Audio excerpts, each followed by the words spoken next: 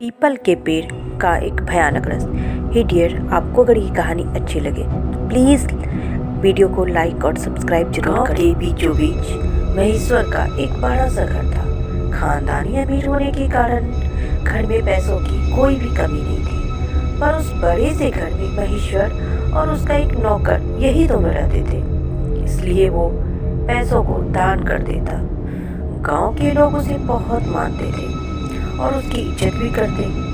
दिन भर लोगों का आना जाना होने के कारण उसका दिन काम और दान में ही निकल जाता था, पर रात को बहुत अकेलापन महसूस होता था। एक दिन महेश्वर ने नौकर को अपने कमरे में बुलाया और पूछा, अरे सुनो, ये गांव के लोग दिन भर तो मेरे आगे पीछे घूमते हैं, पर रात को इन्हें क्या हो जाता? पर कोई घर से आसपास भी नहीं गुजरता, ऐसा क्यों?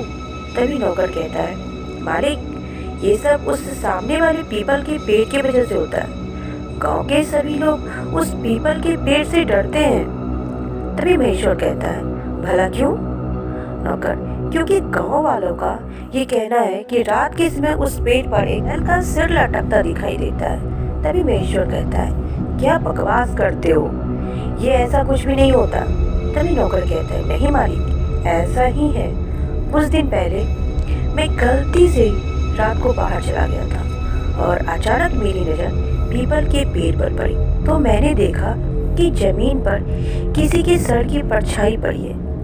मैं डर के मारे वहाँ से भागा और सीधा अंदर आ गया। तभी महेश्वर कहता है, अरे तुमने कुछ और देखा होगा, डरपोक। नहीं मालिक, महेश्वर कहता है, अरे चुप हो जाओ और यहाँ से जाओ। नौकर वहाँ से चुपचाप निकल गया। महेश्वर अपने कमरे की खिड़की से उस पेड़ को देखने लगा। नौकर की कहानी की वजह से आज उसे वो पेड़ थोड़ा अलग दिखाई दे रहा था। चुड़ैल का सच जानने के लिए उसने खुद उस पेड़ के पास जाने का फैसला किया। महेश्वर धीरे धीरे उस पेड़ की तरफ बढ़ रहा था। वो पीपल का पेड़ चांद की हल्की रोशनी में बिल्कुल शांत और डरावना दिखाई दे रहा था। जैसे ही वो पेड़ के थोड़ा नजदीक पहुंचा, उसे जमीन पर कुछ साया सा दिखाई देने लगा। वो थोड़ा डर गया, पर हिम्मत करके आगे बढ़ता रहा। सर पेड़ के पास पहुंचा, उसे वो कटे हुए सिर की परछाई साफ साफ दिखाई देने लगी। उसने परछाई को ध्यान से देखकर ऊपर पेड़ की तरफ देखा। पेड़ पर कुछ भी अलग न दिखाई देने के कारण वो डर के मारे सोच में पड़ गया।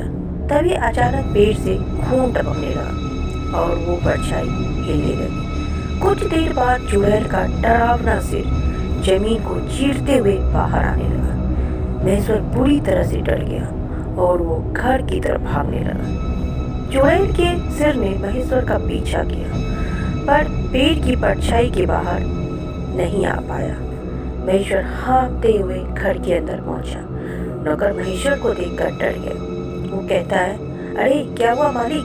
महेश्वर कहता है, वो चुड़ैल का सिर मेरा पीछा कर रहा था। तभी नौकर कहता है, आप इतनी रात को बाहर क्यों गए थे? आपको कहा था ना मैंने। महेश्वर बेहोश हो गया। अगली सुबह महेश्वर उठकर खिड़की से उस पेड़ को घूरता रहा और कहता है, इस चुड़ैल का सिर का कुछ करना पड़ेगा। इस पेड़ की वजह से ये सब कुछ हो रहा। अगर ये पेड़ ही ना रहा तो हाँ, इस पेड़ को ही यहाँ से हटाना होगा, तभी वो चुड़ैल यहाँ से जाएगी। महेश्वर ने उन गाँव वालों की वजह से वह पेड़ को वहाँ से हटा दिया। पूरा गांव महेश्वर की जय जयकार करने लगा, उसे दुआएं देने लगा। गांव वाले महेश्वर को कहता है, अरे महेश्वर साहब, आपका बहुत बहुत शुक्रिया, आपने उस चुड़ैल को जड़ से मिटा दिया। फिर से एक आदमी कहता है, सही कहा भाई, इस चुड़ैल ने रात को हमें घर से निकलना मुश्किल कर दिया था। आप हमारे लिए और इस गांव के लिए भगवान हैं महेश्वर साहब। तभी महेश्वर कहता है, अब आप लोग रात को आराम से घूम सकते हैं, डरने की कोई बात नहीं है। सब लोग अपने अपने घर चले गए। महेश्वर भी अपने घर चला गया। रात हो गई। चांद की रोशनी बिल्कुल ना के बराबर थी। महेश्वर अपनी खिड़की से उस पेड़ वाली जगह को देख रहा था। तभी नौकर आकर बोला, मालिक आपको कुछ चाहिए क्या? महेश्वर कहता है, नहीं, जाओ सो जाओ, और वहां से चला जाता है। महेश्वर बड़ी खुशी से सोने चला गया। आधी रात हो गई, सारा गांव गहरी नींद में सो रहा था। तभी अचानक महेश्वर के कमरे में खिड़की खुली। महेश्वर खिड़की बंद करने के लिए खिड़की के पास पहुंचा ही था, तभी बाहर से चुड़ैल का सिर कमरे के अंदर आ गया। महेश्वर बहुत ज्यादा डर गया। महेश्वर डर के मारे बेड पे चढ़ गया। चुड़ैल का जोर जोर से हंसने लगा और उसके ऊपर घूमने लगा।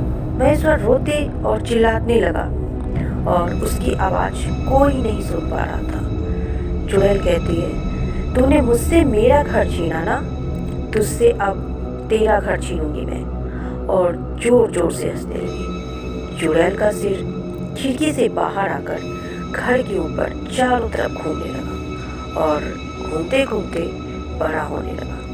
वो सिर और भी भयानक होने लगा। चुड़ैल का सिर एक जगह रुका और आंखों से लाल रोशनी निकालकर उस घर को आग लगा दी। अंदर से महेश्वर और नौकर के चिल्लाने की दर्दनाक आवाज आने लगी। वो सुनकर चुड़ैल जोर जोर से हंसने लगी। देखते ही देखते पूरा घर जलकर खाक हो गया। कुछ देर बाद उस मलबे में से एक पीपल का पेड़ उगने लगा। पेड़ पूरी तरह से बड़ा हो जाने के बाद उस चुड़ैल का सिर उस पेड़ के अंदर गायब हो गया।